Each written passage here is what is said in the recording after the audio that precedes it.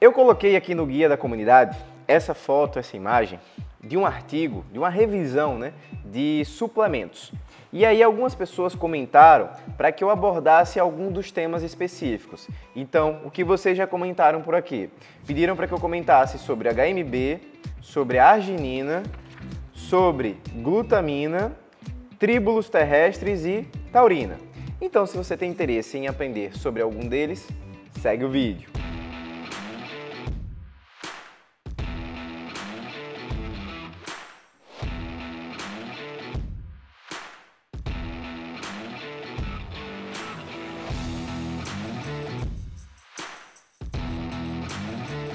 Fala galerinha, beleza? Danilo Pereira, médico do esporte, mais um vídeo aqui no canal. Se você caiu de paraquedas aqui, se liga que todo dia tem vídeo novo sobre o mundo, sobre o universo da medicina esportiva. Temas escolhidos por vocês e aí quando a gente tem essa interação, fica bem mais orgânico, dinâmico, divertido aqui de gravar. Então, essas sugestões aqui, Falar sobre HMB. Beleza, vamos nessa. Peguei o caderninho aqui, papel e caneta para a gente não esquecer de passar nenhuma informação. O HMB é um aminoácido decorrente de uma degradação de um metabólito da leucina. Leucina vai ser uma molécula um pouco maior que vai ter uma correlação com hipertrofia. Eu já comentei aqui em outros vídeos que para que você hipertrofie, para que você aumente sua massa muscular, você tem que ter um aporte de proteína. E a proteína ela é uma molécula grande. Quando você quebra essa proteína, você quebra ela em aminoácidos. E para que você quebre os aminoácidos, um desses aminoácidos, a gente chama de leucina, vai gerar esse HMB. Só que, pessoal, deixa eu abrir um parênteses aqui. Os aminoácidos, eles sinalizam hipertrofia se consumidos juntos. Quando você fraciona, então, quando você tem um consumo isolado de leucina, quando você tem um consumo isolado de alguns aminoácidos, por exemplo, como o BCA, você não consegue ter a sinalização de hipertrofia quando você tem todos eles unidos, tá certo? Então, aqui já começa a sinalizar alguns pontos de falhas em relação às terapias, em relação às intervenções com suplementos. Mas o HMB, vamos voltar aqui para uma coisa interessante. Alguns estudos avaliaram que o consumo médio ali de 1,5 a 3 gramas dia poderiam ter uma sinalização ali de um ganho de até meio quilo, até 1 quilo de massa muscular. Nossa, isso aqui pega e é vendido. Só que o público-alvo, que foi avaliado foram indivíduos destreinados, então pessoas que não faziam exercício prévio anteriormente a essa intervenção e em idosos. E essa suplementação de 1,5 a 3 gramas dia foi avaliada durante um tempo de 3 a 6 semanas. E aí você conseguiu sim ter um ganho de massa muscular, uma melhor sinalização de hipertrofia quando você fez a suplementação nesse padrão aqui, nesse perfil populacional. Com uma sugestão, se você consegue dividir essa porção de 3 gramas em 1 durante as grandes refeições, ou seja, você toma 1 grama de HMB pelo café da manhã, 1 no almoço, 1 no jantar, você consegue aumentar a concentração, aumentar essa sinalização de massa muscular.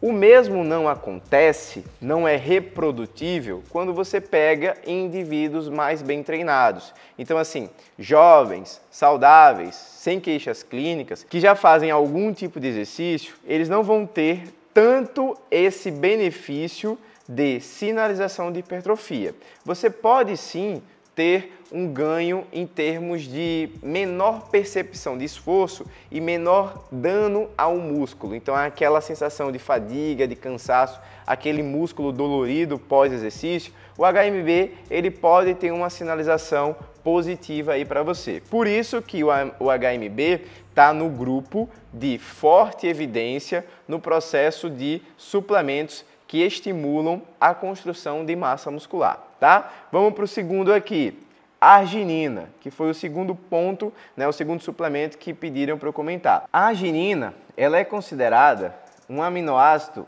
essencial para a produção de óxido nítrico. Esse óxido nítrico, ele teria qual tendência, qual associação? Se ele é um vasodilatador, então se chegar mais sangue, você vai ter uma melhor performance, uma melhor função imune, um maior nível de tolerância em relação ao exercício. A teoria é essa. Teoria é diferente de prática.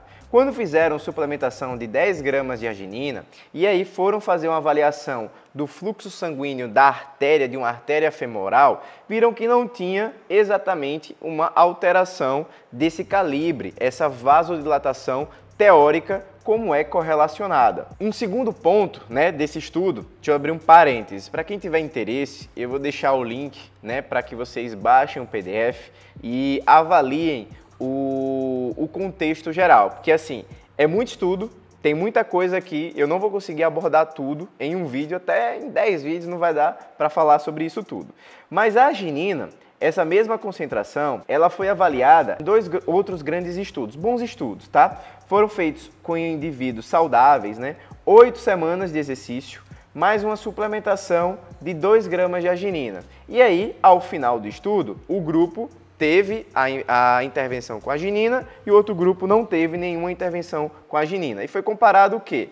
Ao final, existiu alguma alteração de massa de gordura e massa livre de gordura, ou seja, uma relação de massa muscular, e a arginina ela não foi capaz de alterar o percentual de gordura e nem aumentar o ganho de massa muscular. Porque, teoricamente, com essa alteração desse fluxo sanguíneo, você também teria um melhor estímulo hormonal. E qual hormônio que estaria correlacionado com a arginina? O GH, que é um hormônio anabólico que teria uma melhor construção de massa muscular e um melhor percentual de gordura para os indivíduos que fazem essa suplementação.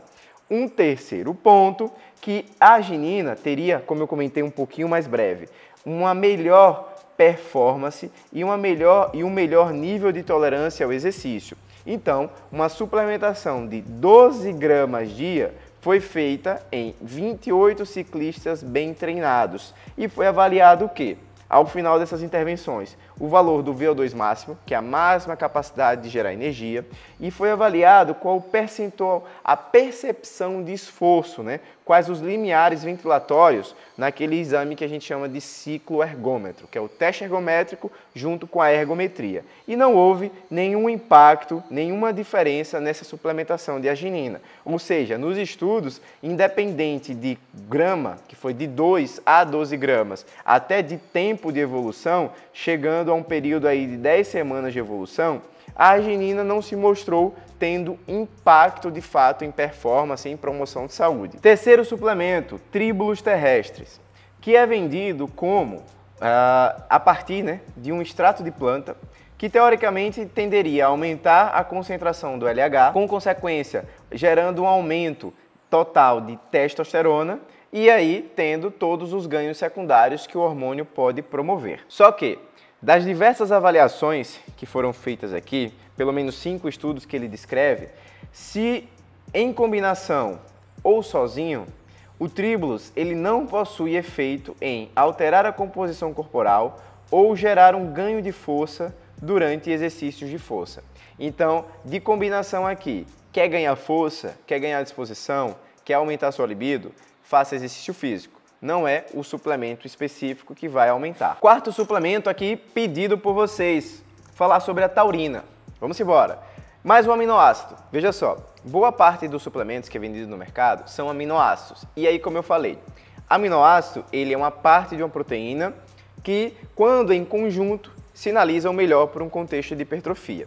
Não necessariamente quando você pega e isola esses aminoácidos, você vai ter algum efeito positivo. Mas a taurina, a gente merece botar um asteriscozinho aqui, porque tem umas coisas de benefício que ela pode gerar. Também, como eu falei, é um aminoácido achado nesse nosso músculo esquelético, tá certo? E dos estudos que foram avaliados, a taurina ela teve uma capacidade de aumentar esse ganho de força, reduzir uma percepção, a sensação de dano muscular, inclusive reduzindo a concentração de uns marcadores sanguíneos de estresse de dano muscular, com uma capacidade legal, uma capacidade antioxidativa, consequente, melhorando o nível de tolerância a esse estresse. Só que taurina não é para ficar usando de maneira contínua e ininterrupta. A ação dela vai ter um benefício se você consome uma média ali de 50 mg por quilo de peso, 14 dias antes de um evento, antes de uma prova, e por 7 dias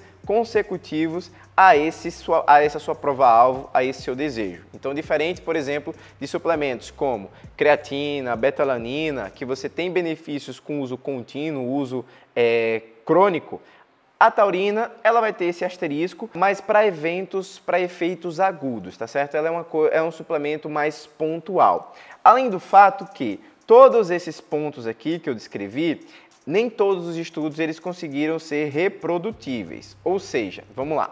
Se eu faço um estudo, eu pego uma população, faço uma intervenção, um estudo de boa qualidade, um bom número de participantes e eu tenho um achado. Ponto. Isso aqui vai ter um peso científico. Só que se uma pessoa pega e tenta reproduzir aquele meu achado e não consegue, isso coloca em xeque aquele meu resultado. Será que foi algo aleatório? Então é isso que acontece ainda com a taurina.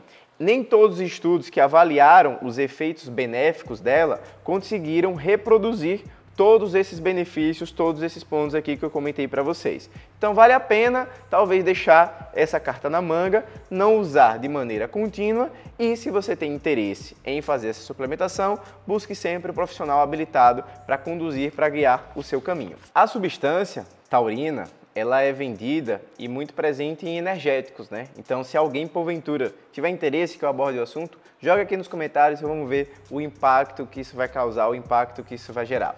E para a gente finalizar esse vídeo, número 5, a glutamina.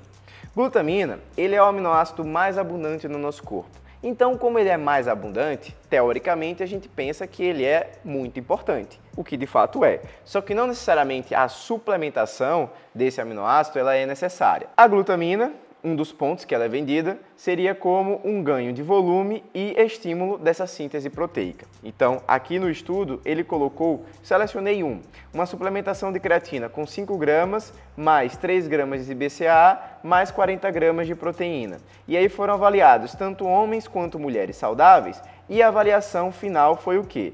Existiu ganho de força, melhora no endurance ou melhora na potência anaeróbica? A resposta foi não.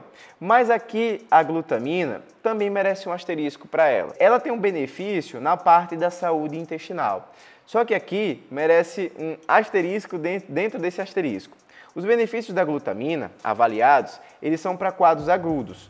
Então, quadros pós-infecciosos, então diarreias, quadros de pessoas que têm síndrome do intestino irritável, que estão em crises, a suplementação da glutamina, ela se mostrou benéfica em termos de redução de sintomas, duração e, obviamente, essa intensidade, tá? Só que aí existe a teoria, prática, o que de fato existe e o que a indústria quer te vender. Então, pegam esse contexto aqui dos quadros agudos e começam a querer suplementar, a fazer para todo mundo e não só de maneira aguda, como de maneira crônica. Então, alguns suplementos, eles têm benefícios se você usar continuamente, outros não. E se você chegou até aqui agora nesse vídeo, não esquece, deixa seu like, tem alguma dúvida, como eu comentei, né, antes, comentários, sugestões de temas, joga aqui, vamos ter esse bate-papo que fica legal.